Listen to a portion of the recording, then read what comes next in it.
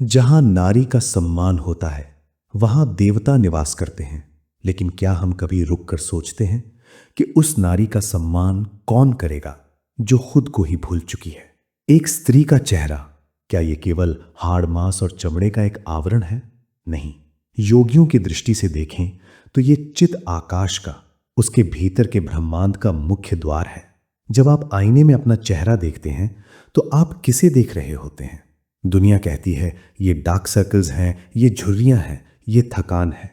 वे आपको प्रोडक्ट्स थमा देते हैं। लेकिन सोल शक्ति के इस परिवार में हम सतह पर नहीं रहते, हम गहराई में उतरते हैं।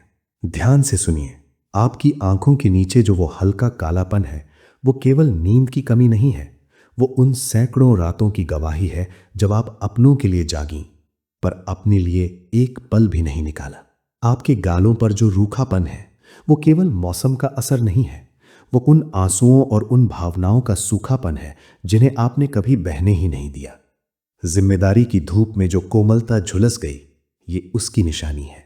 आपके होठों के किनारों पर जो एक हल्की सी थकान बैठ गई है, वो आपकी मुस्कान की कमी नहीं है, वो उन अनगिनत युद्धों, उन मूक लड़ाइयों का नक्शा है जो आपने अकेले लड़ी हैं, बिना किसी वाहवाही के, बिना किसी गवाह के।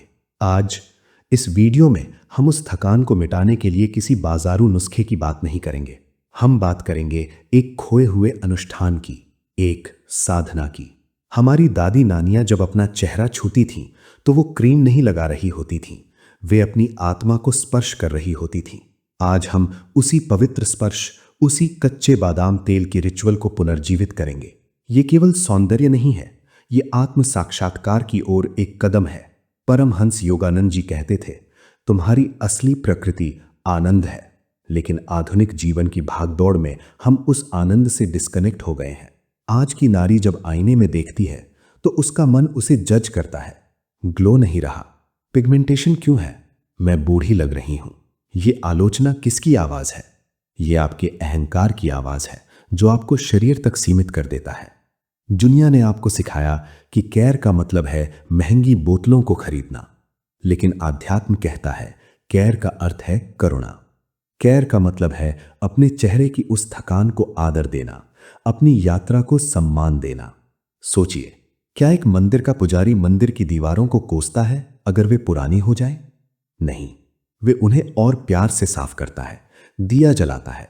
आपका शरीर भी तो परमात्मा का मंदिर है, देहो देवालया। फिर आप इसे आलोचना की नजर से क्यों देखती हैं? प्राचीन काल में ऋषिकाओं और गृहिणियों के पास एक रहस्य था, एक ऐसा स्पर्श जिसने पीढ़ियों तक उनके चेहरों पर वो तेज बनाए रखा जिसे आज की तेज हाई वोल्टेज रोशनी भी पैदा नहीं कर सकती। वो रहस्य था कच्चे बादाम का तेल। लेकिन ये तेल केवल तेल नहीं है, इसे एक माध्यम समझिए, एक सेतु, एक ब्रिज जो आपके बाहरी शरीर को आपकी आंतरिक चेतना से जोड़ता है। विज्ञान आज कहता है कि बादाम तेल में विटामिन ई है, ओलिक एसिड है, मैग्नीशियम है। ये सब सच है, लेकिन आध्यात्मिक विज्ञान कुछ और गहरा कहता है। बादाम का ये सुनहरा द्रव्य स्नेह का प्रतीक है। संस्कृत में तेल को स्नेह भी कहा जाता है और स्नेह का अर्थ होता है प्रेम। जब ये तेल आपकी त्वचा को छूता है तो ये केवल मॉइस्चराइज नहीं करता, यह आपकी त्वचा की हर कोशिका को एक मूक संदेश भेजता है, तुम्हें भुलाया नहीं गया है, तुम सुरक्षित हो, तुम्हें प्रेम मिला है। जैसे ही बादाम तेल की हल्की गर्माहट आपकी त्वचा पर उतरती है, यह आपके नर्वस सिस्टम को एक गहरा आध्यात्मिक संकेत देती है। आपकी व्यान वायु संतुलित होने लगती है, मन को संदेश मिलता है युद्ध समाप्त हुआ, अब तुम विश्राम कर सकती हो। तो आइए आज से हम एक संकल्प लें, 9 रातों का एक पवित्र अनुष्ठान। ये कोई ब्यूटी रूटीन नहीं है, ये आपकी आत्मा के साथ एक सीक्रेट मीटिंग है। प्राचीन स्त्रियां इसे रात में ही क्यों करती थीं? क्योंकि रात प्रकृति का विश्राम का समय है। जब सूर्य ढल जाता है तो शरीर रिपेयर मोड में जाता है, मेलाटोनिन बढ़ता है, कॉर्टिसोल शांत होता है। यही वो ब्रह्म मुहूर्त से पहले का संधिकाल है जब ये तेल अमृत बन जाता है। कल्पना करें, रात हो चुकी है, आपने दिन भर के सारे बोझ, ऑफिस की फाइलें, रसोई के बर्तन, बच्चों की चिंता, भविष्य का डर, सब बेडरूम के दरवाजे के बाहर छोड़ दिया है। गर्माहट का निर्माण, अपनी हथेलियों में थोड़ा सा कच्चा बादाम तेल लें, अब रुकिए, इसे तुरंत चेहरे पर मत लगाइए। अपनी दोनों हथेलियों को आपस में रगड़ें, घर्षण से ऊर्जा पैदा करें। अपनी ही प्राण ऊर्जा को उस तेल में संचारित होने दें। जब तक तेल गुनगुना न हो जाए तब तक रुकें। याद रखें, ठंडक से त्वचा सिकुड़ती है, लेकिन गर्माहट से खिलती है, जैसे सूर्य की पहली किरण पाकर कमल खिलता है। स्पर्श की पवित्रता। अब अपनी हथेलियों का प्याला बनाकर अपने चेहरे के पास लाएं। एक गहरी सांस लें। बादाम की उस भीनी भीनी सौंधी खुशबू को अपने भीतर उतरने दें और फिर बहुत धीरे, जैसे एक मां अपने नवजात शिशु को छूती है, वैसे ही अपने चेहरे को छुएं। कोई रगड़ नहीं, कोई जल्दबाजी नहीं। ऊर्ध्व गति। अपने गालों पर, अपनी गर्दन पर हमेशा ऊपर की ओर अपवर्ड स्ट्रोक्स मालिश करें। आध्यात्मिक रूप से ये ऊर्ध्वरेतस होने का प्रतीक है। अपनी ऊर्जा को नीचे के चक्रों से ऊपर के चक्रों की ओर उठाना। आप सिर्फ त्वचा को लिफ्ट नहीं कर रही हैं, आप अपनी चेतना को लिफ्ट कर रही हैं। जब आप अपनी उंगलियों को अपनी आंखों के नीचे घुमाएं तो मन ही मन कहें, मैं अपनी दृष्टि को शांत करती हूं। जब आप अपने माथे यानी आज्ञा चक्र को छुएं तो कहें, मैं अपनी चिंताओं को विदा करती हूं। क्या आप जानती हैं, आपकी त्वचा सुनती है। ये कोई कविता नहीं है, ये सत्य है। हमारा शरीर चेतना का ही सघन रूप है।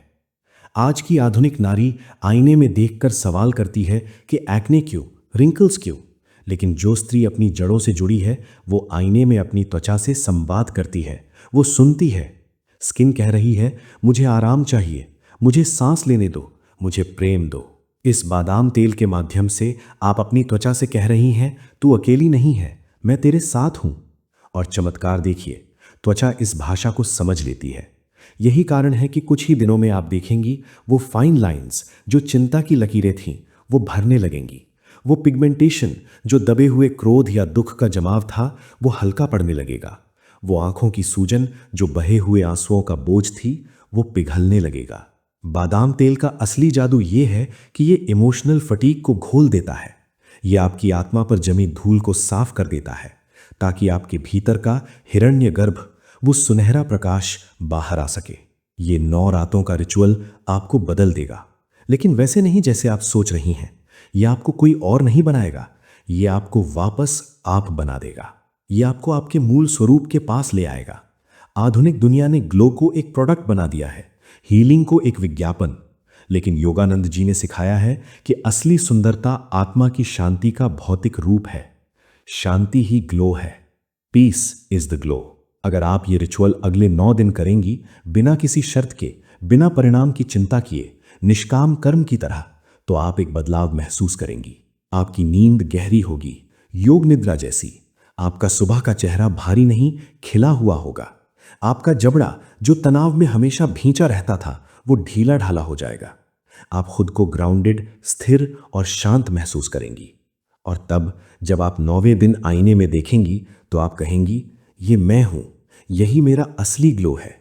क्योंकि मेरी प्रिय आत्मन, बादाम का तेल चमक पैदा नहीं करता, वो केवल उस दरवाजे को खोलता है जिसके पीछे आपकी रोशनी वर्षों से इंतजार कर रही थी। आप एजिंग नहीं हो रही, आप अनफोल्डिंग हो रही हैं।